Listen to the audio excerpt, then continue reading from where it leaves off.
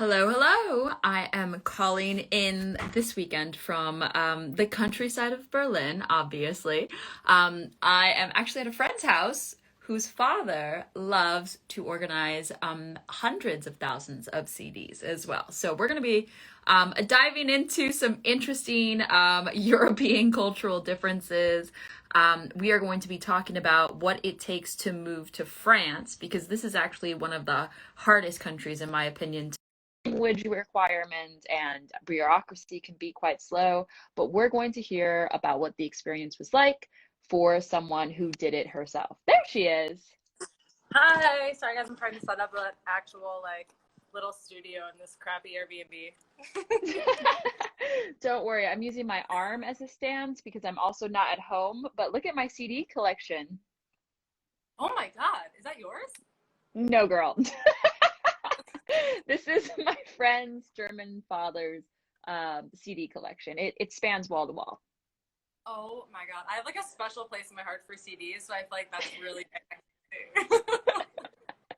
Yeah, everybody has their hobby. I just don't think this one would be mine. Which is totally fair. Great. Well, thanks so much for coming on the show. Can you tell everyone what your name is, where you're from, and where you're currently living? Sure. And apologies in advance. I'm really hoping this 4G holds up in this live stream, but if I freeze, that's the fault of Orange.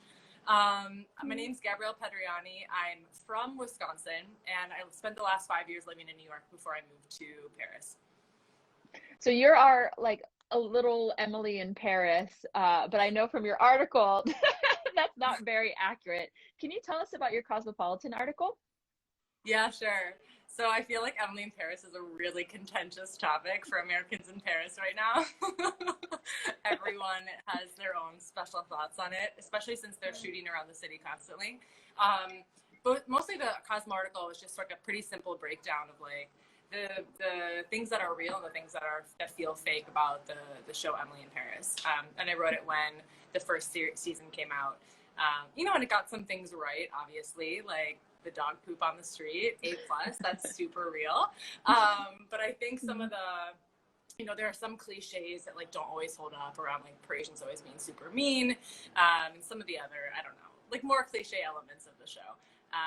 But yeah, I think that, if nothing else, the show did bring a lot of attention to expats living in Paris, that's nice. And I think it's brought some of the Americans in Paris together a little bit.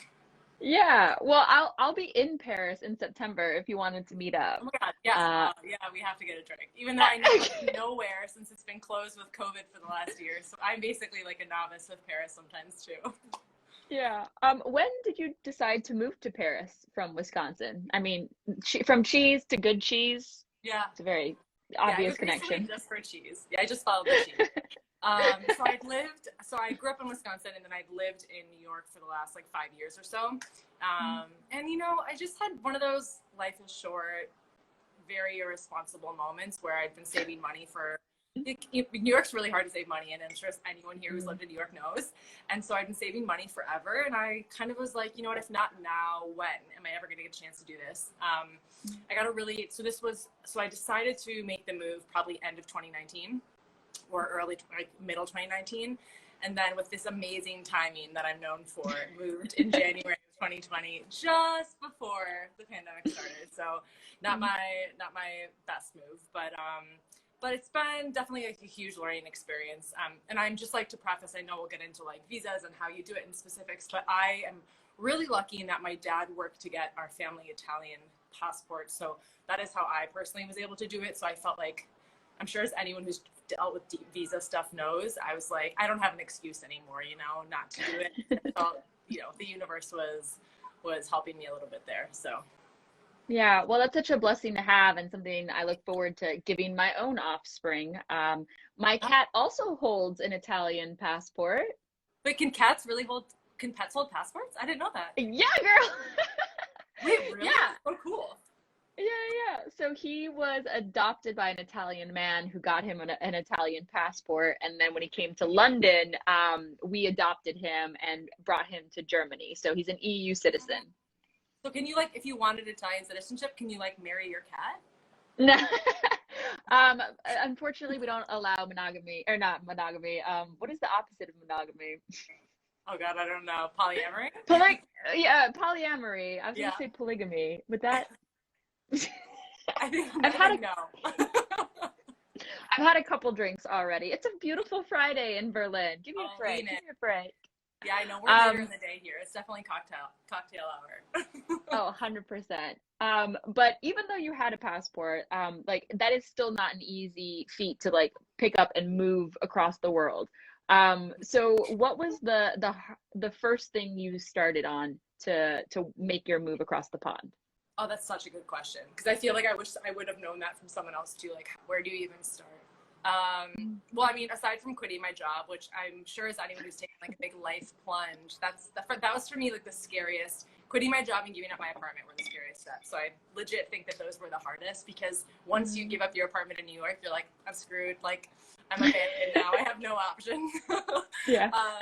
So I did that, and then I honestly booked a flight because I don't know how anyone else is, but I know my personality, and if I don't like lock myself in, I really needed to like push myself off the cliff. Um, and then honestly, apartment was like the thing I really started working on first to try to find somewhere to live when I actually moved. Which I don't know how it is in Berlin, but it's pretty tough in Paris, comparable to how It's hard it was in New York. So it's pretty bad here in Germany too. So Munich is the worst place, and that's of course where I moved first. naturally, You will wait outside with at least 100 other couples in the snow. And all of those wait, what? couples have double income, work from Microsoft, Facebook, and it's just a shitstorm about who gets that apartment in Munich. Berlin, I think, is a Wow. little easier, but not by much, because in Berlin, you can throw money at it and you'll get an apartment. In Munich, they're like, we don't care if you'll pay 3,000 euros. Everyone will pay 3,000 euros. Wait, that is It's wild. wild. That's worse than Paris. See, it's funny because New York Mm, was very much like, if you have money, we'll let you in, you know? And yeah. Paris is very much the same as it seems like Munich is, where it's like, it's sort of like, I feel like I'm back in like high school proving that I'm like an A+ student. Like, you know, Yeah. you go in and I get my little outfit on. And I'm like so charming, you know, like you're trying to really. So Well, that's that part, exactly what we did. We had to send a family picture to so these people knew who we were, and I actually put my cat in the family picture, which I was then told was not not to acceptable do. because they would reject us for having a pet. Yeah. That doesn't surprise me because I literally had to put not a pet owner in like the headline of my my like. So one thing I think might be interesting for people to know if you're considering moving to Paris or France in general, something you have to do, which this might seem obvious to you, but to me, I had no idea, is create a dossier. And a What's dossier that? actually, so a dossier just means folder. That's literally what it means in French. And it's very funny because I had a friend who, I hope she's watching, but she just heard the word folder, so she literally just showed up with an empty folder because she was like, bring a dossier. But essentially, it means like you've got to put your whole life Mm, into paperwork. And so I mm, didn't have to do this in New York, but there's a very specific sort of, and you guys can always DM me if you want to know more, but there's a very specific sort of like formula. So you put your last 3 rent payments, you put your last 3 paychecks, you put like mm, your general overview information. Do you smoke? Do you not smoke? Do you have a pet? Do you have not have a pet? You put your bank statements, you put if you have a guarantor. So it's like very formulaic. And literally when you show up, they kind of don't even, they just sort of just like, they kind of just go like dossier, you know, like yeah. you're not a human, you're like a folder of papers. So, and they do want a photo too. So per your point, Yep. it feels really weird to put a photo. France also likes photos on resumes, which I've learned, which Yeah. is also feels problematic in several ways, but whatever. Yeah, Yeah. They do there's a that lot in of, Germany too. Yeah. yeah, whole other conversation. I almost wonder why. Is that why I was working with such attractive people in Munich? Because they partially Oh, cared about that. they just, I don't know, but it really honestly would not surprise me. No, me either. Did you go with a job or did you just show up and like fuck shit up? Yeah, so I just showed up. Yes, I girl. Good. Yeah, I look back and it really was pretty stupid when I think about it. But I do think it's like I'm one of those people who like does need to push myself off a cliff. I will say a couple of things like that are worth calling out. I did save up money. Mm, I'll be super blunt because I think it helps people. I had about $25,000 in my bank account that took me a freaking long time to save up in New York, which is impossible. But I've had people tell me it's really helpful to hear numbers because sometimes it's prohibitive if people get scared and don't know. I also have parents living in Wisconsin. So I kind of, what really helped me to think about was, okay, worst case scenario, you know, like what would happen, you know, and I ultimately, you know, I would lose my savings and I would have to move back in with my parents in Wisconsin. And I think like that's worth calling out because some people say, well, it's really privileged to not have a plan and to make a move like that. And that's true. Like I have, you know, my parents aren't paying for me, but they are alive and they are in Wisconsin. So I think that's worth noting. I did not have a job. I ended up, so I'm a freelance publicist. I ended up really playing it by ear, like just reaching out to one of my old bosses and a couple of agencies, and then work kind of came in just because I made so many connections in New York. But what about you? I don't even know. Did you end up having a job when you moved over? I think I saw some stuff about you getting job offers too. Yes. So when we decided to make the move to Germany, we landed in Munich first, and I was able to get a new job at Expedia that allowed me to make that transfer because we had a team in Munich. But when I moved to Berlin, I showed up here first without a job. So it was a rush to find one because my husband got a promotion and we moved up north. And I knew it would not be possible to take that Munich job up north. So I had to figure something out. Oh God, that's so tough. Yeah, it is super scary. I mean, both ways are scary. Like having a job in a foreign country is also very scary. Yeah. So yeah, it's interesting that you've seen it both ways. Yeah. So that's what I still do. Yeah, it poses some tax complications. It's not the end of the world, but it is a little, because I work for U.S. companies and I do freelance PR for U.S. companies. If anyone else wants to have tax questions about living in France, message me because it's been the bane of my existence for the past year, and it would be like a 10-hour Gabby special on French taxes, but I'm happy to help anyone who DMs me. Oh, we might have a whole conversation about that because I also work for American companies freelance, and like I have Wonder Onwards, which is a business in America, and I actually report and pay taxes on that income in Germany, and then let America know that I've paid so much tax over here, and America's like, fine, we won't double tax it. I do the same thing. Yeah, I do the same thing. Foreign income. Yeah, under a certain amount. So yeah, it still works. Yeah. Yeah, I mean, we can't get it all right. I would no. We have a question here. Did you speak French before moving to France? Okay, here's my honest answer. I thought I did. I took it for like all of high school, probably a couple years in middle school, and then like 2.5 years in college or something. I moved here and spoke like nothing. You know, I really thought I spoke French, and I spoke like, I don't know, a couple of textbook words, but the actual French here, and my ear was so rusty that even understanding, you know, was so difficult. So no, and you can speak, I mean, you don't have to speak French to move here, you know, like I think specifically Paris, because it is a tourist city that, like, you know, there's a lot of, I'm sure everyone's seen all the cliches about French people, you know, there's like a lot. I do think in the end they appreciate when you try to speak French. That doesn't mean that they don't immediately speak to English the second you hear an accent. They hear an accent. So, you know, like they'll speak English with you if you need to. You'll get by. I think it's a lot more rewarding to learn to speak French, but I'm of the opinion that you never really learn a language until you move to the country. Like, did you speak Germany before moving to Germany? Did you speak German before moving to Munich? I took a course in like 2017 for a semester, and then we made the move in 2020. So I actually had only 2 weeks to study for my A1, which is A1 test for my visa. So somehow I pulled it out. But now that I'm finally like, I have my job, I can relax and reposition my priorities. So I'm taking private German lessons, and that's really hard. Working all day, doing Wander Onwards, and then sitting down and like feeling dumb for 2 hours twice a week. It is hard. You bring up such a good point, which is the feeling dumb thing.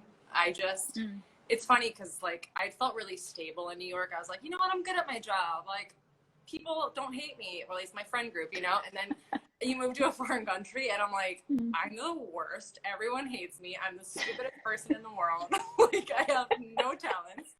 Like it's just, it's such a humbling, like a deeply humbling experience. So you're right. Like, I think I wish I'd been a little bit more like thick-skinned and been like, you know what, going into this, I'm going to get beaten a little bit, you know, but, because the feeling dump thing is so right. And it's very hard on the ego, you know, like you It get is. to a place in life where you feel stable, and then, you know, like you said, a couple hours every week, you just feel like an idiot. Yep. And it doesn't help that we have such great English communication skills, like with writing and just this like basic interaction. You spend your life going through it in one language, thinking that you have respect and that you're charming and that you are a certain way. And then when you switch to a different language that you didn't learn when you were a child, you're like, what's your favorite food? Do you like Yep. animals? Like, Wait, that's exactly it though.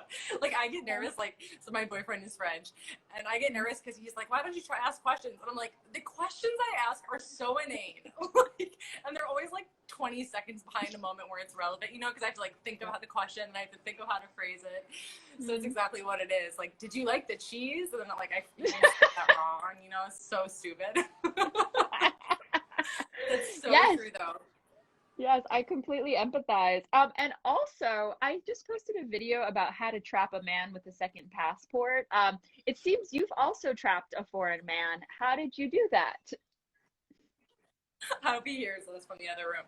I trapped via Tinder. I'm a Tinder stan. I believe in Tinder.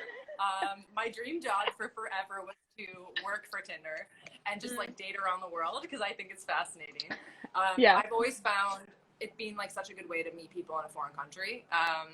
So yeah, so him on Tinder right at the end of the first confinement when I was like, if I don't see a human in the next couple of days, things are not going to go well for me. So with Tinder, I think there were definitely a few duds before that, as Tinder tends to offer. Yeah, you do. But yeah, is that what happened to you? Are you with a German person? Yes. So my husband is German. We met when we were both working in Beijing at a beer pong tournament when I was supposed to be on a date with another guy. No. Well, your story wins out, clearly. Well, that guy actually ghosted me for that date. And he was like, I'm not coming. And I was like, well, I'm alone at this beer pong tournament in Beijing. Like, there's plenty of other cute men here. You're replaceable, hun. And then I just went in and did my thing. Right? I love that. I also love that you walked into a date with the energy of irreplaceable. I'm sure that also what that's like too. There's nothing quite like the irreplaceable energy that really traps a man, you know? Agreed. And I think that because I'd been beaten by China for like 18 months at that point, there was like a humbled energy about me, but still an excitement for life. And at that point, my now husband had been there for 6 years, so he was like quite frustrated with China and frustrated with what he was doing there. And so I think my new energy, my little excited immigrant face, really like reinvigorated his experience. And then he left. He left 3 months into knowing each other, and he asked me, "Will you come follow me across the world, even though we've only known each other for 3 months?" And I said yes. Oh my God. As the Gen Z generation says, that's very main character energy. I'm the lamest person on the planet. Thank you very much. Are you on TikTok as well? I'm obsessed with TikTok. Me too. Like I missed out. You are too. I'm like, I should have been born 10 to 15 years later. I am not mature enough for this generation. Well, we can overthrow capitalism over on TikTok, and we'll keep helping the people escape America on this one. We have a question. How easy is it to get a job with a visa sponsorship in France, if you know? Okay, so I don't know it personally, but I do have several friends who've gone through it. Actually, I've heard it's quite tough because what ultimately happens in France is once you get a job, it's very difficult to fire you. So I think that's probably true in several European countries, but here it's especially true. So most of my friends who've looked for jobs do get jobs. It's a little bit more of a hustle. There's like, you really should look up specific like stylistic things for the CV. So for example, they want your image to be on it, that kind of stuff. After, I would say most of the people my phone's on low battery, so I have to keep like touching, but I hope this like creates intimacy between us, that I'm just reaching out to you often. So usually, I think it takes people like 2 to 3 months, maybe 3 months of searching. So I always say, you know, really think about that when you're moving over, because think about like how many savings you do need to have so that you like, do you know that you have work lined up? Do you know that there's freelance work that would fill the gaps? Like, or are you going to be job searching and have a little bit on hand for yourself? And then once you do get a job, there's something called a probation period here, which is like very standard. By the way, what a full-time job is called here is a CDI. So they go CDE, CDE. So basically that's just, it's like a full-time job contract. So if you get signed for one of these jobs, you have a probation period, which can be, it's usually between like 3 to 6 months. And then once you're through that probation period, you're pretty much locked in. And that's great because once you have that job, it's much easier to find an apartment. People trust you a lot more. It's easier to get a loan from the bank if you want to buy an apartment.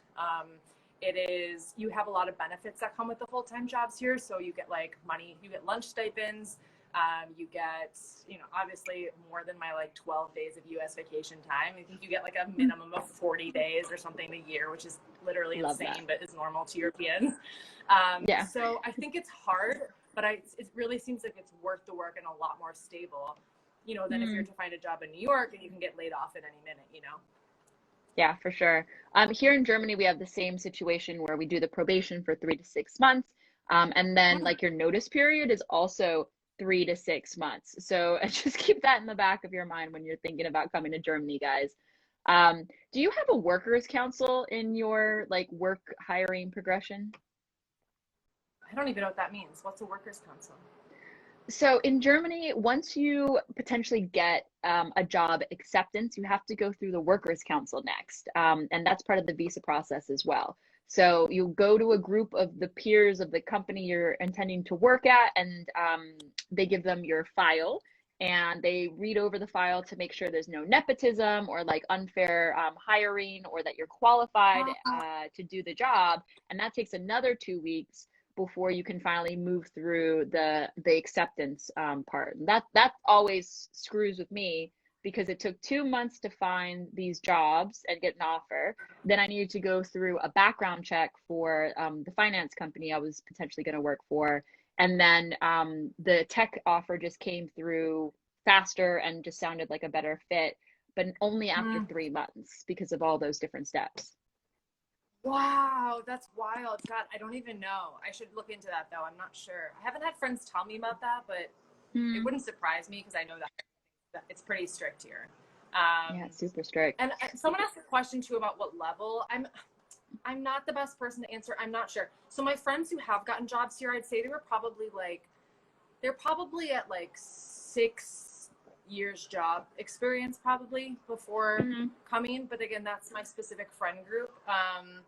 So I'm not 100% sure, but I think it probably helps to be like, I don't know. I don't even, the problem is all careers have different levels. So like, I can't say like director or, you know, VP, but I would say probably 6 years of experience like would help. But I don't think there's any situation where someone couldn't get a job. You know, I think it's just how much time, and I think it's worth considering how much savings do you have so that you could like, you know, really survive during that time is the biggest consideration. I think one preface with that though is there are certain jobs that are not eligible for sponsorship. So retail services is a big one.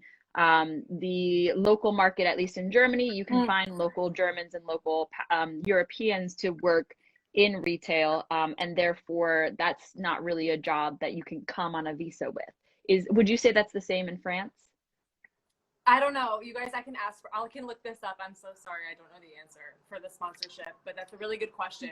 And that surprises me. Even in Germany, if it's a full-time job in retail, like it's a salary job or hourly?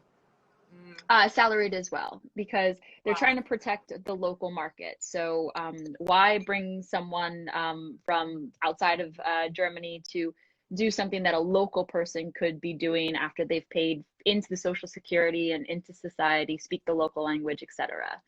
I think a good tip if you're like new to your career is invest in the country that you're trying to go to. So learn the language, go do your master's there. Like they want to welcome people who have dedicated time and resources into that country. And that's actually how I got my 5-year visa to Germany, because I did my master's in the European Union, and that unlocked Super Mario level 6. And I was only supposed to get a 2-year visa.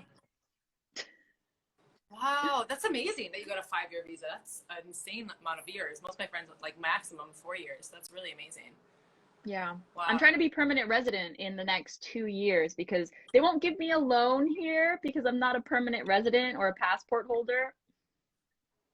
The loans are really strict. It's the same thing Yeah. here. I don't know what the specifics, but it's quite strict. That's interesting. The education thing is really big here too. Like, a lot of people do. I had a couple of friends who were here on student visas, and I think the student visa also continues for about a year after if you're looking for a job. So it's nice that they give you like a year after your student visa ends, that it continues, that you can try to find a job that would sponsor you. So a lot of people do like go to the Sorbonne here and like study something specific. So that's another really good option. You're totally right to invest education wise, and certainly learn the language. Yeah. Yeah, that would help. Is there any industry in particular that's quite popular in Paris? So actually, several of my friends work for LVMH. So because LVMH has so many like divisions, so for example, like Louis Vuitton, or like they have fashion, they have alcohol, they have, they've got it all. They just opened. I didn't realize this, but they were the people behind the new big Samaritan. It's like a reopening a huge department store here. So a lot of people actually work for them just because there's so many different divisions. But I wouldn't say any specific industry. I think fashion is a big one, but that doesn't mean you have to be like a fashion person. It means you could work in like fashion tech or fashion logistics or event planning or fashion social media. Like there's a lot of different options which I've noticed. Social media, as always, I think is quite lucrative. I think a lot of it seems like a lot of the older brands are looking for new blood to help them become like trendier on social media. So it does seem Danny here is responding. I don't know if you guys don't follow Danny, she's amazing and she just put little hands up. But she has a job was able to find a job in Paris pretty quickly. So she's a great one to follow for job specifics. But Ooh, much I'm better gonna than go find her. Yeah, she's great. Danny, I'm coming for you next. And what about like finance or engineering by any chance? Tech maybe? So I don't know. I'm so sorry. I wish I knew more. I do know. I follow a couple girls on TikTok who are in like security, which is really interesting. Okay, cool. Which I've seen. I actually know 2 people who are in security, but I don't know specifically. I mean, I've got to be honest. I would imagine engineering, as a lot of places, is a fairly good one. But I do think what I think is worth considering is like which jobs are they looking for people who are English speakers, or which job would you need to be fluent in French. A lot of my friends are not fluent in French. They can speak it okay, but it wouldn't be at a level where you'd want to do it full time. So a lot of them have found jobs that are based in communications, because a lot of the French companies are looking for communications arms in the US. So I think that specifically was interesting to me. Even one of the people I follow in security, she works on sort of like translating what they're doing in France to like a US audience. So I do think that's worth thinking about, like looking for jobs that your English speaking skills would be valued. Someone once told me, don't look for like a job where look for a job where someone's looking to expand into the US. Don't look for a job where a company's looking to expand into France. Because I mean, it's obvious, but actually that was really good advice for me, because obviously if it's like a company looking to expand into French, they're going to want you to understand France and the French market. But if they're looking to expand into the US, makes a lot more sense that they would value your skill set more so. Absolutely. I think that's fantastic advice and a great place to stop because we've come to the end of my show. Thank you so much for being here. I feel like I learned so much about France. I can't wait to meet you IRL when I come this September. It'll be, I feel like I know you. Is that weird? Too. Okay, good. So where can everyone find you, and do you have anything coming up that you'd like to promote? Oh, gosh, you're so nice for asking that. I wish I were a more creatively productive person. My Instagram has a stupid name. It's Fake Cool Gab.